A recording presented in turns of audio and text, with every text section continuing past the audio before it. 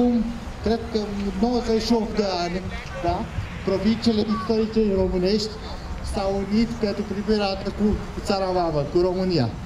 Drept urmare, motiv, ne aflăm astăzi pentru a sărbători cei 98 de ani de existență ai țării noastre.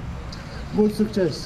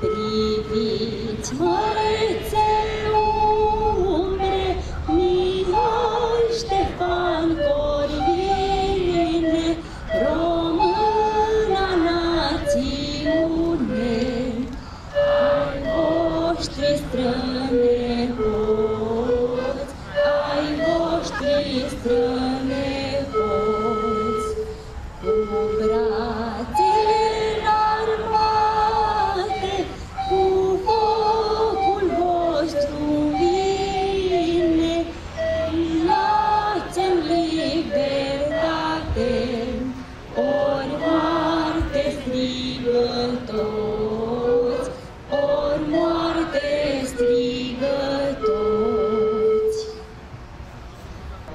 La mulți ani, România! La mulți ani, România! Mulțumesc!